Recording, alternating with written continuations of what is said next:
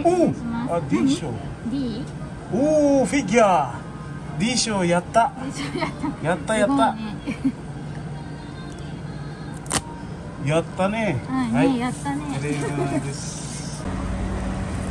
So ayun guys, nakuha natin sa dalawang bunot ang price D ng figure ng One Piece ng Ichiban Kuji, tsaka yung price A, price I. Yan na. Yung keychain.